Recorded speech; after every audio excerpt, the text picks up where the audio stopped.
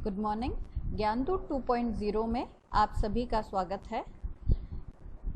हमने इससे पहले वाले लेक्चर में सिंपल हार्मोनिक मोशन यानी सरल आवर्त गति के बारे में जानकारी प्राप्त की थी। सरल आवर्त गति क्या होती है, उसमें उसकी इक्वेशन क्या होती है, गति का समीकरण क्या होता है, उसमें विस्थापन, वेग, त्वरण, उनके लिए क्या नियम होते हैं और उनके क्या फॉर्मूलेज होते हैं, वो हमने डिराइव करे थे। साथ ही साथ उससे संबंधित कुल ऊर्जा, गतिज ऊर्जा, स्थितिज ऊर्जा के बारे में भी हमने जानकारी प्राप्त कर ली थी। आज हम सिंपल हार्मोनिक मोशन के एग्जाम्पल्स करेंगे कि सिंपल हार्मोनिक मोशंस हम कहाँ ऑब्जर्व कर सकते हैं। तो देखिए, हम इसके अंदर बहुत टाइप के सिंपल हार्मोनिक मोशंस को ऑब्जर्व करेंगे जो हम डेली लाइफ में देखते हैं और अनुभव करते हैं। प्रत्येक के अंदर हम एक ही पैटर्न फॉलो करेंगे। हम उसके अंदर पहले ये सिद्ध करेंगे कि ये जो गति हो रही है वह एक सरल आवर्त गति है, और अगर सरल आवर्त गति है तो उसका आवर्तकाल क्या होगा, इसके बारे में हम जानकारी प्राप्त करेंगे। तो हम सिंपलेस्ट सिंपल हार्मोनिक मोशन से शुरू करते हैं। देखिए, सबसे पहले हम हार्मोनिक ऑसिलेटर के जो एग्जाम्पल लेंगे वो है mass attach to a spring, यानी स्प्रिंग के सिरे पर एक द्रव्यमान पिंड अगर लगा दिया जाए तो हम उसको एक सिंपल हार्मोनिक ऑसिलेटर का सिंपलेस्ट एग्जाम्पल कह सकते हैं। कैसे, वो हम पता लगाते हैं।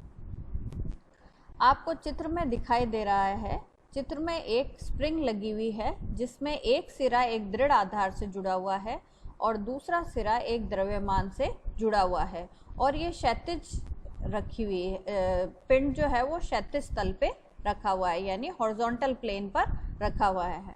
सरलता के लिए हम ये मान लेते हैं कि ये फ्रिक्शनलेस सतह है, और इसमें मतलब जब वो मूव कर रहा है तो इसमें एनर्जी लॉस नहीं हो रहा।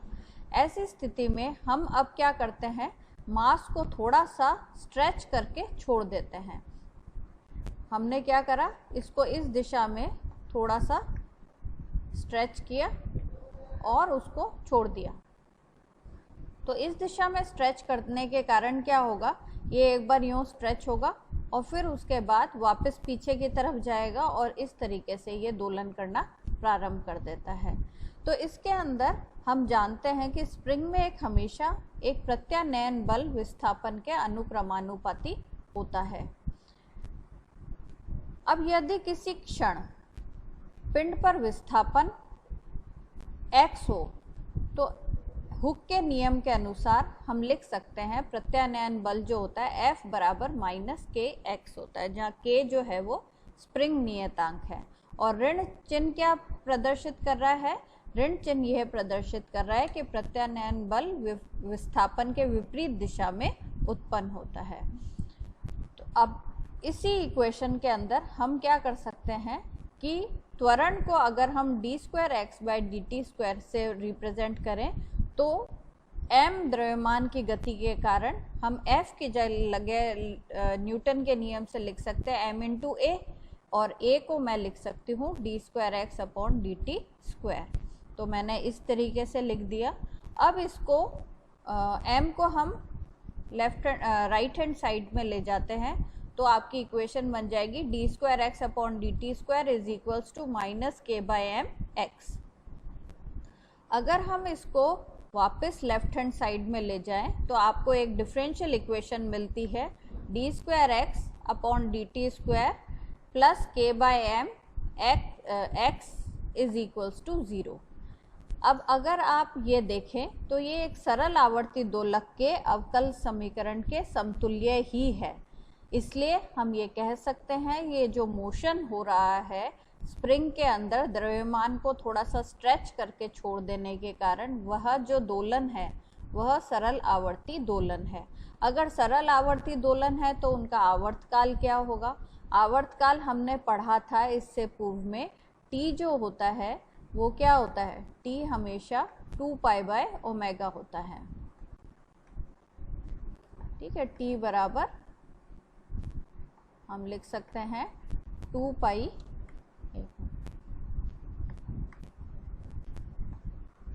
लिखा नहीं जा रहा थोड़ा सा, 2 पाई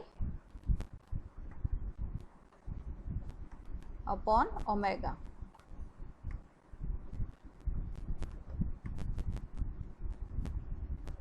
ठीक है, और ओमेगा जो होता है वो हमेशा ये जो चीज़ है k बाय एम होता है ओमेगा 0 स्क्वायर, तो इसके हिसाब से ओमेगा का मान हो गया हमारा under root k by M. तो हम ओमेगा का मान अगर रख दें तो टाइम पीरियड हमारा बन जाता है आवर्तकाल 2 pi under root M upon K. तो ये एक हमारा सिंपलेस्ट एग्जाम्पल है सरल आवर्ती दोलक का। अब अगर हम स्प्रिंग को दूसरे अवस्था में रखें, यानी उसको ऊर्ध्वाधर रूप से लगा दें, तो आपके सेकंड केस जो होगा वो होगा ऊर्ध्वाधर स्प्रिंग से लटके द्रव्यमान का दोलन।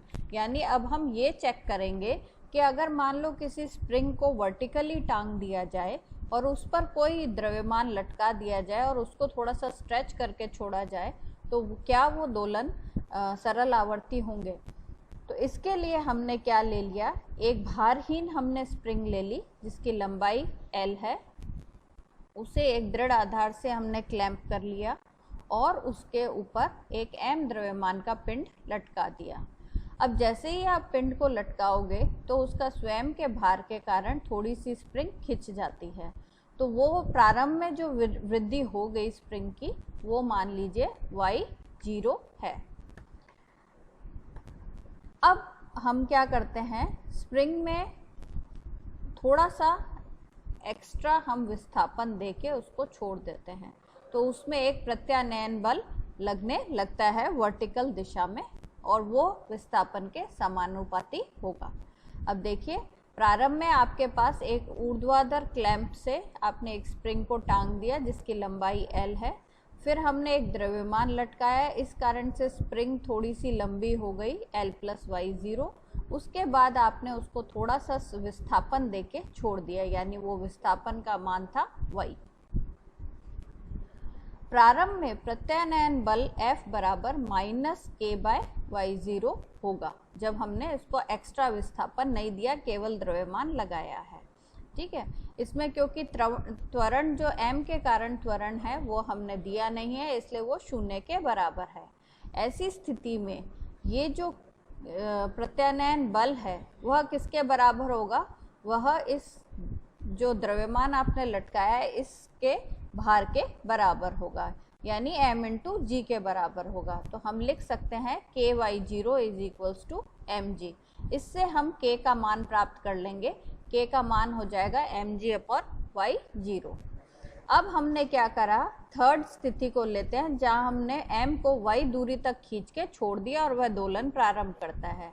ऐसी स्थिति में फिर से उस पर एक प्रत्यानयन बल लगेगा जिसका मान माइनस k y0 तो पहले ही लग रहा था, माइनस ky और लगना शुरू हो जाएगा, तो कुल बल जो है वो इतना लगने लगता है और इस कारण से जो द्रव्यमान है वह ये ऊर्ध्वाधर दिशा में दोलन करना प्रारंभ करता है। तो नीचे की ओर जो परिणामी बल लग रहा है, क्योंकि नीचे देखो इसके अंदर दो फोर्सेस लग रहे हैं कि कोई भी जो है इसको अब जब एक्स्ट्रा खींचते हैं तो इसका जो भार है वो तो नीचे की ओर लग ही रहा है, लेकिन प्रत्यानयन बल उसके मोशन के हिसाब से लगता रहता है। तो इसमें परिणामी बल अगर हम देखें तो mg माइनस के वाई प्लस y0, मैंने इन दोनों बलों को जोड़ दिया, परिणामी बल निकाल लिया। ठीक है, अब हम के mg की जगह ऊपर के y0 रख देते हैं और इसको सिंप्लीफाई करेंगे तो परिणामी बल माइनस के वाई के बराबर हो गया, यानी जो द्रव्यमान के स्वयं के भार के कारण बल लग रहा था वह तो कैंसिल हो गया और केवल उसके विस्थापन के कारण जो परिणामी बल लग रहा है वही बल इसमें लगेगा।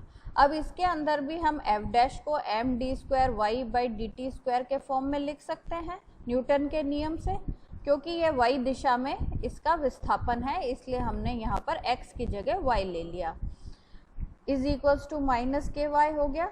वापस से अगर इस इक्वेशन को रीअरेंज करें तो पुनः हमारे को एक सरल आवर्ती दोलक का अवकल समीकरण प्राप्त हो जाता है और पूर्व के समान ही इसका जो आवर्तकाल है या टाइम पीरियड है वो हो जाएगा T बराबर 2 pi under root m upon k।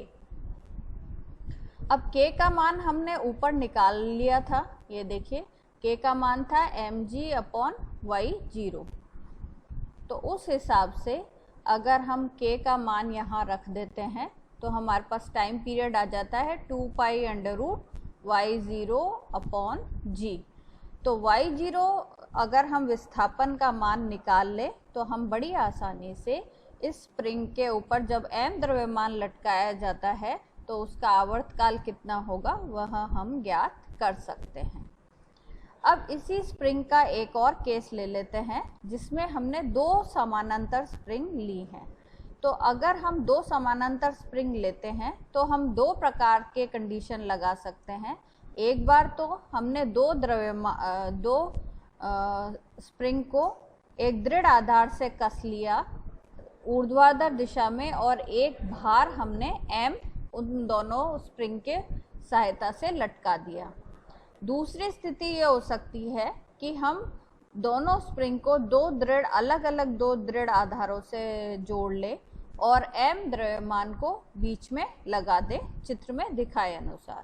यहाँ हमने मान लिया दोनों स्प्रिंग का जो स्प्रिंग नियतांक है वो क्रमशः K1 और K2 है, यानी दोनों का स्प्रिंग नियतांक अलग अलग है। ऐसी स्थिति में अगर हम मान लीजिए अब m को थोड़ा सा विस्थापित करके छोड़ते हैं तो ये ऊपर नीचे दोलन करना शुरू करेगा। ऐसे ही अगर m को हम एक दिशा में विस्थापित करके छोड़ दें तो ये कुछ इस तरीके से दोलन करना शुरू हो जाएगा। दोनों ही स्थितियों में हम देखेंगे कि क्या ये सरल आवर्ती दोलन है और इनका अगर है तो इनका आवर्तकाल क्या होगा। तो इसके लिए हमने क्या करा है, y दूरी से m द्रव्यमान को विस्थापित करके छोड़ दिया।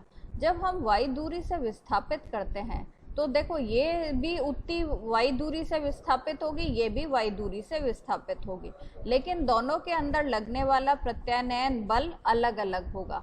एक में F1 होगा, दूसरे में F2 होगा, जो कि निम्न फॉर्मूले से दिया जाता है। F1 बराबर माइनस K1y, F2 बराबर माइनस K2y। तो परिणामी जो m द्रव्यमान पे जो परिणामी प्रत्यानयन बल लग रहा है वो हो जाएगा F1 प्लस F2। तो बराबर हम दोनों के मान रख देते हैं माइनस K1 प्लस K2y। अगर K1 प्लस K2 को हम K लिखें तो आपके पास ये प्रभावी नियतांक हम कह सकते हैं। तो कुल प्रभावी बल नियतांक K बराबर K1 प्लस K2 होगा। तो ये जो नियतांक है वो उन दोनों स्प्रिंगों के बल नियतांक के योग के बराबर होगा और इसका जो आवर्तकाल है वो हम पूर्व के समान ही T बराबर 2 pi under root m upon k के फॉर्म में लिखेंगे, जहाँ k जो है वो K1 प्लस K2 हो गया। तो ये भी एक सरल आवर्ती दोलन का ही एग्जाम्पल है जहाँ time period m upon 2 pi under root of m upon K1 plus K2 द्वारा दिया जाता है। अब स्प्रिंग का एक और केस हम करेंगे कि ये तो अभी हमने समानांतर क्रम में स्प्रिंग लगाई थी। अगर हम दो स्प्रिंगों को श्रेणी क्रम में लगा दें, यानी एक स्प्रिंग के साथ ही हमने दूसरी स्प्रिंग जोड़ दी और फिर हमने भार को लटकाया कुछ चित्र में दिखाए अनुसार। ऐसी स्थिति में जब हम m को स्ट्रेच करते हैं y दूरी से तो क्या होगा, दोनों के अंदर जो विस्थापन होगा वह अनइक्वल होगा। क्यों? क्योंकि दोनों का जो जोड़ है वो y के बराबर होगा, यानी कुल विस्थापन y के बराबर है।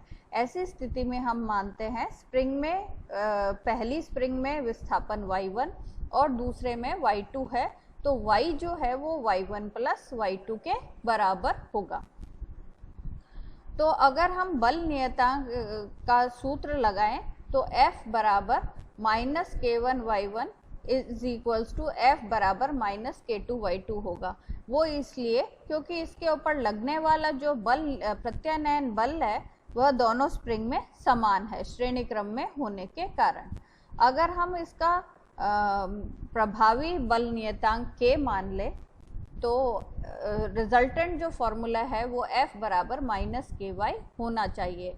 अगर हम इन तीनों को कंपेयर करें तो हम लिख सकते हैं -f/k बराबर, कंपेयर क्या करें हम इस समीकरण 10 के अंदर इन सभी के y, y1, y2 के मान रख देते हैं, तो हमारे पास कुछ ये प्राप्त होगा। इससे प्राप्त होता है 1/k बराबर 1/k1 प्लस 1/k2, या k बराबर k1 k2 upon k1 plus k2।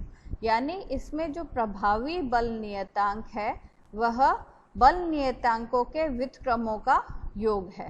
ठीक है, तो इस हिसाब से अगर हम इसका टाइम पीरियड देखें तो टाइम पीरियड वही होता है 2π√m/k। तो यहाँ पर k जो है वो k1 k2 upon k1 plus k2 होगा। तो इस प्रकार से टाइम पीरियड हमारा चेंज हो जाता है। अगर हम देखें तो ये सिद्ध किया जा सकता है, अगर हम इसमें क्या है दो ही स्प्रिंग ली हैं, अगर हम इसके ये हम आसानी से सिद्ध कर सकते हैं कि अगर कोई स्प्रिंग ले और उसके बराबर n टुकड़े कर दें तो प्रत्येक टुकड़े का जो स्प्रिंग नियतांक है संपूर्ण स्प्रिंग के नियतांकों का n गुना होगा। यानी 1/k जो है वो 1/k1 plus 1/k2 plus 1/kn तक हो जाएगा। और ये सारे समान होने के कारण k1 k2 k3 सब बराबर होंगे, उसको हम k डैश लिख लेते हैं। तो ये इन सबका जोड़ हो जाएगा n/k डैश, यानी k डैश जो है वो पहली जो स्प्रिंग थी उसके स्प्रिंग नियतांक का n टाइम्स हो जाएगा। तो ये हमारे स्प्रिंग से संबंधित सभी सरल आवर्त गति का अध्ययन हमने कर लिया। अब हम इसके अंदर एक दूसरा अध्ययन करेंगे जिसको हम छोटी क्लासेस में पढ़ते हैं, वह है सरल लोलक, सिंपल पेंडुलम। अब सिंपल पेंडुलम क्या होता है? यदि अगर बिंदुवत द्रव्यमान कण को एक भारहीन धागे से, और उसका वेट लेस होना चाहिए, भारहीन होना चाहिए और स्ट्रेचेबल नहीं होना चाहिए, यानी इलास्टिसिटी नहीं होनी चाहिए, ऐसे एक किसी बिंदुवत द्रव्यमान कण को किसी दृढ़ आधार से निर्वात में लटका दें तो जो ये संयोजन बनता है, समायोजन बनता है, उसको हम सिंपल पेंडुलम या सरल लोलक कहते हैं। लेकिन वास्तविक रूप में तो बिंदुवत हमारे को गोला मिलता नहीं है, तो हम एक छोटा भारी लोलक को हल्के धागे से बांध के दृढ़ आधार से लटका देते हैं और उसी को हम सिंपल पेंडुलम कहते हैं, जैसा आपने छोटी क्लासेस में पढ़ा है। गोलक का द्रव्यमान जो है उसको हम सरलता के लिए उसके केंद्र पर केंद्रित माना जा सकता है, और उसकी साम्य स्थिति में थोड़ा सा अगर इधर विस्थापित करके उसको छोड़ देते हैं तो वह साम्य स्थिति से इर्द गिर्द दोलन करता है। और क्योंकि उसका जो विस्थापन है वो बहुत छोटा लेते हैं तो वो हम ये मान के चलते हैं कि वो सरल रेखा में दोलन करने लगता है, और कम आयाम के जो दोलन है उनकी गति सरल आवर्त गति होती है। ऐसी ही एक स्थिति के अंदर मान लीजिए गोलक को थीटा कोण से हमने ये आपका एक धागा है, धागे से यहाँ पर आपका लोलक बंधा हुआ है, आपने इसको थीटा कोण से विस्थापित करके छोड़ दिया। तो ऐसे में जब ए स्थिति पर लेकर आते हैं तो इसके अंदर दो बल कार्यरत होते हैं। एक तो mg नीचे की ओर, जो ऊर्ध्वाधर नीचे की ओर लगता है, वर्टिकली डाउनवर्ड्स डायरेक्शन, और एक tension in the string capital T जो धागे की दिशा में लगता है। अब ये जो आपका ये जो जो वेट है, भार है, उसके हम दो पार्ट्स कर सकते हैं। एक तो mg cos theta along the thread, और एक mg sin थीटा जो उसको A से O की तरफ दिशा देता है। अब क्या होगा, इसके अंदर जो टेंशन इन द स्ट्रिंग है उस बल से mg cos थीटा ये दोनों एक दूसरे को बैलेंस कर लेते हैं। यानी तनाव बल T जो है गोले के भार के घटक mg cos थीटा को संतुलित कर लेता है, इट बैलेंसेस। तो सारा का सारा जो फोर्स है वो mg sin थीटा का होता है, और वो जो है वो बल का घटक उसको माध्य स्थिति में लाने का प्रयास करता है, तो हमेशा विस्थापन का विरोध करेगा, इसलिए इसे प्रत्यानयन बल कहते हैं। अब प्रत्यानयन बल F बराबर हम लिख सकते हैं -mg sin थीटा। अब क्योंकि हमने पूर्व में ही कह दिया कि थीटा का मान हम बहुत कम रखेंगे, इसलिए साइन थीटा को हम अप्रॉक्सीमेटली थीटा मान लेते हैं, तो हमारा प्रत्यानयन बल हो गया F बराबर -mg थीटा। अब थीटा का मान हम ज्योमेट्री के फॉर्मूले से चाप बटा त्रिज्या यानी आर्क अपॉन रेडियस से निकाल सकते हैं। तो हम चाप और त्रिज्या, चाप हो जाएगा आपका OA और त्रिज्या इस धागे की लंबाई के बराबर होगा। तो हम यहाँ लिख देते हैं OA अपॉन L।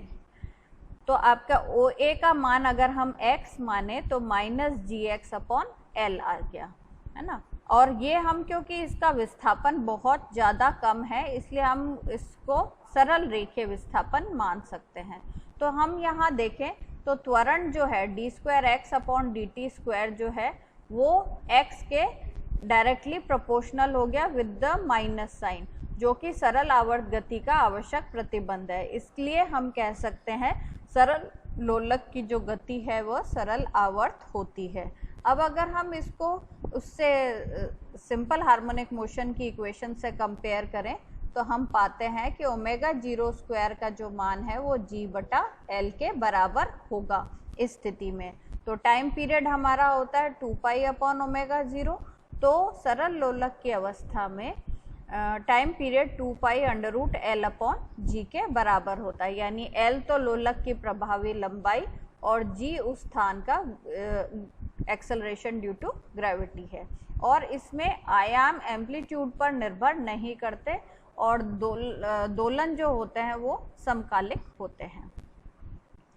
अगर आयाम हमने बहुत ज़्यादा रखा है, ऐसी स्थिति में हम कोणीय विस्थापन को थीटा को छोटा नहीं मान सकते। ऐसी स्थिति में साइन थीटा थीटा के बराबर नहीं होता और इस स्थिति में जो दोलन है वह सरल रेखीय नहीं होते और आयाम के बढ़ने के साथ साथ हमारा जो टाइम पीरियड है उसमें भी चेंज आता है।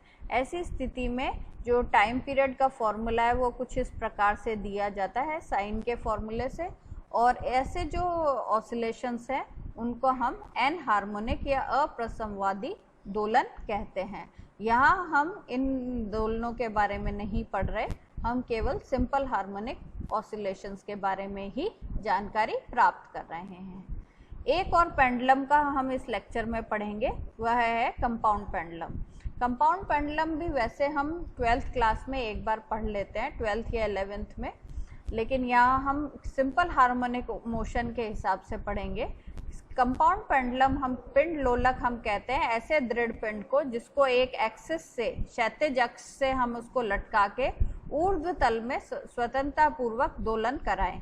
ऐसे पिंड को हम पिंड लोलक या कंपाउंड पेंडुलम कहते हैं। तो आपको यहाँ पर चित्र में दिखाया जा रहा है, S जो है वो निलंबन बिंदु है, पॉइंट ऑफ सस्पेंशन है और क्षैतिज अक्ष के प्रति यह ऊर्ध्वाधर तल में दोलन कर सकता है और इसका द्रव्यमान m है और g उसका गुरुत्व केंद्र है, सेंटर ऑफ ग्रेविटी है। और हमने एक चीज़ और मान ली, Sg जो है इन दोनों के बीच की दूरी L है और हम क्या करते हैं उसको थीटा कोण से विस्थापित करके छोड़ दे तो क्या होगा, इसका जो प्रत्यानयन बल आघूर्ण लगता है वह के प्रभाव में वह कोणीय गति करना लगता है। तो बल आघूर्ण का जो मान है वो हम जानते हैं, प्रत्यानयन बल आघूर्ण का मान फोर्स इंटू परपेंडिकुलर डिस्टेंस होता है, लंबवत दूरी। तो mg इंटू Lg कर देते हैं। mg तो इसके ऊपर लगने वाला बल हो गया और Lg जो है वह हमारी यहाँ पर कैपिटल L इस जगह पर है, Lg हमारी लंबवत दूरी हो गई। तो Lg का मान अगर हम चित्र में देखें तो L साइन थीटा के बराबर प्राप्त होगा। तो हम ये देख सकते हैं ये यहाँ पर माइनस साइन है, ठीक है।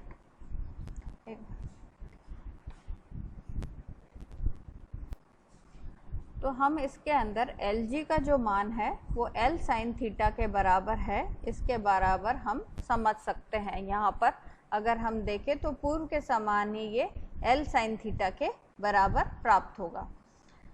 और अगर कोणीय विस्थापन अत्यल्प हो तो साइन थीटा अप्रॉक्सीमेटली थीटा के बराबर होगा। तो टो जो है वो -mg L थीटा लिखा जा सकता है। अब हम जानते हैं बल आघूर्ण जो है वो आई अल्फा से भी परिभाषित किया जा सकता है और अल्फा को हम D square theta upon D T square भी लिख सकते हैं। इस फॉर्मूले को जब उपरोक्त समीकरण 1 में लगाएं तो हमारे को एक एक्सेलरेशन की इक्वेशन, एंगुलर एक्सेलरेशन की इक्वेशन मिल जाएगी, जो कि D square theta upon D T square बराबर minus M G L upon I into theta के बराबर होती है। अगर हम इसको सिंपल हार्मोनिक मोशन की इक्वेशन से कंपेयर करें तो हम ये पाते हैं कि ये बिल्कुल वैसी ही है, d square theta upon D T square plus omega square theta is equals to 0। इसे हम पिंड लोलक का गति समीकरण कहते हैं। और क्योंकि इसकी जो फॉर्म है वो सरल आवर्त गति का है तो इसकी गति भी सरल आवर्ती होती है। हाँ, इसको सॉल्व करने के लिए हम क्या करेंगे, मान लेते हैं थीटा का मान theta 0 sine omega t plus phi है और ऐसी स्थिति में जो उसका टाइम पीरियड होगा वो 2 पाई अपॉन ओमेगा है। ओमेगा का मान under root m G L upon I होगा। अब देखो इसके अंदर जड़त्व आघूर्ण आ रहा है, तो जड़त्व आघूर्ण जो है वो हमारे को कहाँ निकालना है। यदि निलंबन बिंदु S से पारित क्षैतिज अक्ष के समानांतर गुरुत्वीय केंद्र G से पारित क्षैतिज अक्ष के प्रति पिंड का जड़त्व आघूर्ण I0 m के स्क्वायर हो, यानी गुरुत्व केंद्र के अंदर से निकलने वाली जो अक्ष है उसके चारों तरफ जो जड़त्व आघूर्ण है वो m के स्क्वायर हो, तो पैरेलल एक्सिस थ्योरम लगाकर हम I का मान ज्ञात कर सकते हैं, जो कि I0 प्लस ml स्क्वायर के बराबर होगी।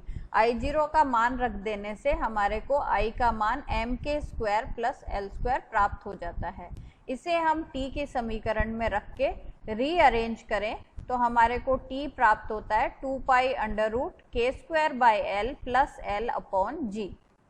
इसको अगर k square by l plus l को अगर हम कैपिटल L से निरूपित करें तो टाइम पीरियड आपको 2 pi under root capital L upon G प्राप्त होता है। इस कैपिटल L को हम कहते हैं तुल्य सरल लोलक की लंबाई, length of equivalent simple pendulum. इसलिए कहते हैं क्योंकि अगर हम इस पिंड लोलक को एक सरल लोलक से रिप्लेस करना चाहें तो हमारे को जो उसकी लंबाई है सरल लोलक की वो कैपिटल L के बराबर लेनी पड़ेगी। यहाँ हम एक और चीज़ मान लेते हैं, यदि k स्क्वायर अपॉन L को हम L डैश लिखें तो गुरुत्व केंद्र G से L डैश दूरी पर S के विपरीत दिशा में एक बिंदु स्थित होगा, आप चित्र में देख सकते हैं, जिसको हम कहते हैं दोलन केंद्र, centre of oscillation. Centre of oscillation और सेंटर ऑफ सस्पेंशन यानी निलंबन केंद्र और दोलन केंद्र के बीच की दूरी कैपिटल L होती है। और इसमें खास बात यह है कि अगर O से हम सस्पेंड करके पिंड लोलक को दोलित कराएं तो क्या होगा, इसके अंदर जो टाइम पीरियड है वो समान ही रहता है, क्योंकि इन दोनों को अगर हम इंटरचेंज कर दें तो हमें पुनः वही टाइम पीरियड प्राप्त होता है। इसकी सहायता से एक छोटी क्लासेस में हम G का मान ज्ञात करने का सूत्र भी निकाल सकते हैं, जिसके अंदर हमारे को जनरली एक पिंड छड़ लोलक दिया हुआ होता है जिसके अंदर विभिन्न प्रकार के छेद करे हुए होते हैं एक निश्चित दूरी पर, और उस छड़ लोलक के अलग अलग छेदों पर टांग कर हम टाइम पीरियड निकालते हैं। प्रत्येक स्थिति में टाइम पीरियड को हम L के सापेक्ष ग्राफ के रूप में निरूपित करते हैं। वो ग्राफ आपको चित्र में दिखाए अनुसार प्राप्त होता है। इस ग्राफ में भी हमारे को P, Q, R, S 4 बिंदु ऐसे प्राप्त होते हैं जिन्हें हम दोलन केंद्र और निलंबन केंद्र कहते हैं, पॉइंट ऑफ ऑसिलेशन और निलंबन केंद्र कहते हैं। अगर हम P और R की दूरी देखें और S और Q की दूरी देखें तो ये बराबर होंगी और इनका हम माध्य लेकर कैपिटल L का मान निकाल लेते हैं और उसकी सहायता से ही G का मान ज्ञात कर लेते हैं।